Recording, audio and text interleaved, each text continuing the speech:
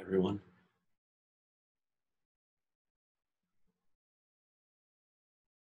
Lots to do this week. 3 chapters on the plan. Chapters 9, 10, and 11. First, I want to catch us up. We started 6, 7, and 8. We started in chapter 8, went back to 6 through 7, and now we're headed to 9. But I want to go through. I want to make a stop in chapter 8 and just sort of nutshell a little bit 6, 7, and 8. Why does 6 help us? What were we trying to do by looking for another way to talk about motion? Then in chapter 9, we are forced to consider a different kind of motion that we haven't up to this point. Chapter 9 is about describing it. Chapter 10 is about explaining it and predicting it. Not unlike chapter 3 was about describing, kinematic linear motion. And chapter 4 was about explaining it. And then chapter 11 is, in a lot of ways, about putting together the motion that we've been describing from, in chapters 3, 4, 5, and so on, and the motion we're about to talk about in 9 and 10. That's the plan. First, a little bit about chapter 8.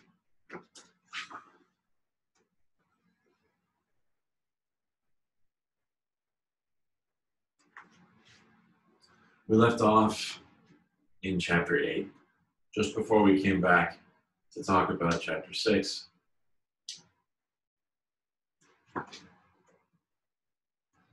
We were talking about a situation where mass 1 and mass 2 are moving towards each other on some kind of frictionless surface, and they are about to collide, but they do not fuse together. They don't couple in any way. They bounce off each other.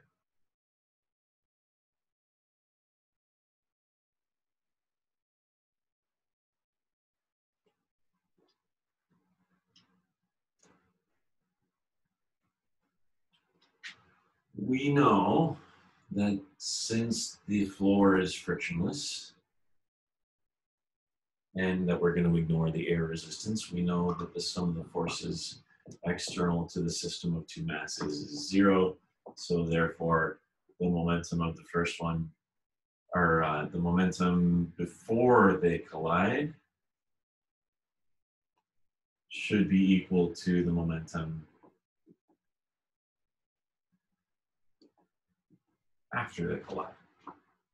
And we had that equation before, but we're missing 2 unknowns. We're asked for the velocity of object 1 after the collision and the velocity of object 2 after the collision, and we don't know them. So we have one equation with 2 unknowns. There's no way to solve this without another equation.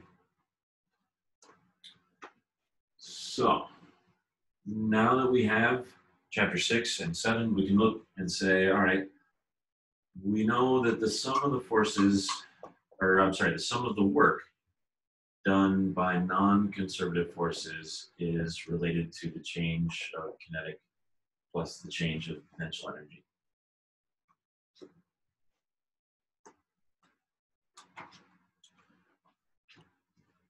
The only non-conservative force I'm worried about here is friction, and we've said that it's 0. So I think there are not any.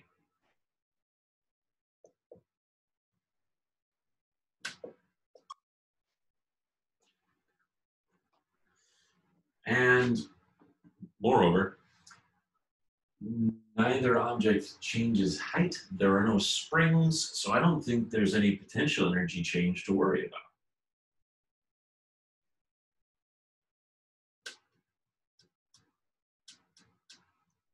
which means that the change in kinetic energy for this situation must be 0. This part being true, the fact that the sum of the work done by non-conservative forces is 0, dropping stuff today. We're going to give a name.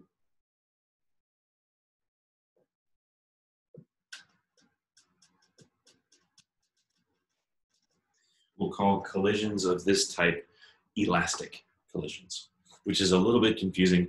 I said there were no springs. I'm not talking about elastic force, just elastic. Whatever energy we have, we have. We don't lose any energy from the system as a result of non-conservative work acting.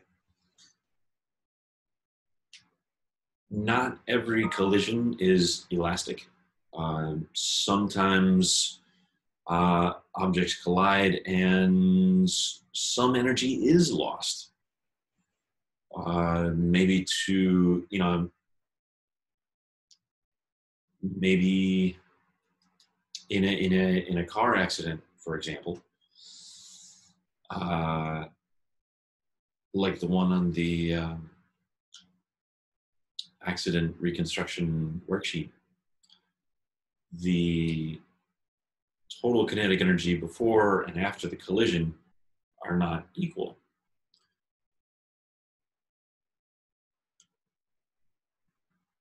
That's okay. Momentum was able to do the job for us there.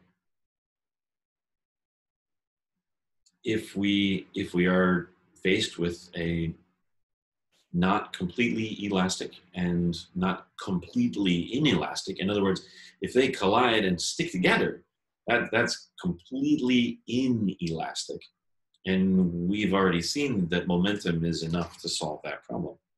But if it's somewhere in between them, we essentially need another piece of information over and above this, because this actually doesn't apply if it's not an elastic collision. So if we're going to talk about an elastic collision, that gives us another equation that we can leverage.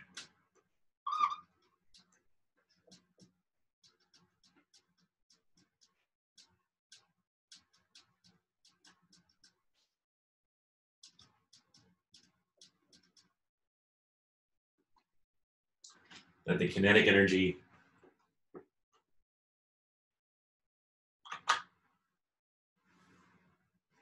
total kinetic energy before the collision needs to be equal to the total kinetic energy after the collision.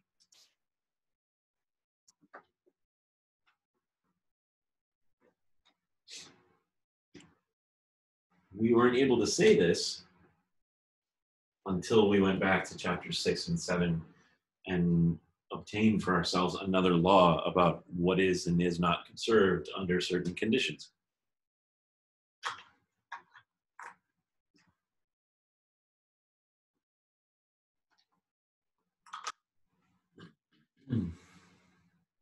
And this is how our journey through chapter 6 and 7 it benefited the work we were doing in chapter 8. The final speed of the two objects show up in those two kinetic energies, and now we have two equations and two unknowns, and we can solve algebraically.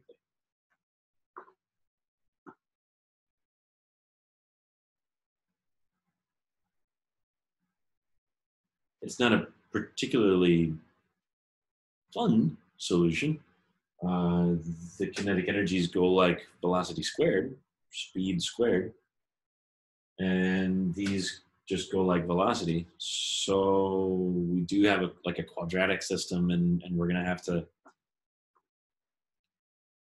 solve with substitution. I think solve probably the momentum equation for one of the final velocities, plug that into the kinetic energy equation, solve the resulting quadratic. It's not the least fun solution that we've encountered, at least, though. So there's that.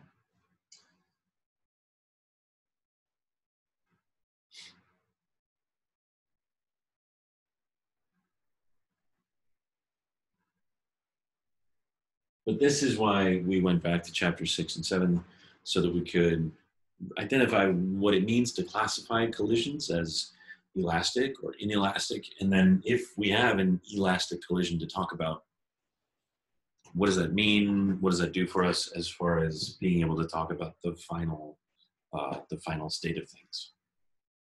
We'll do an example next week, and that'll be that. So on to the next segment.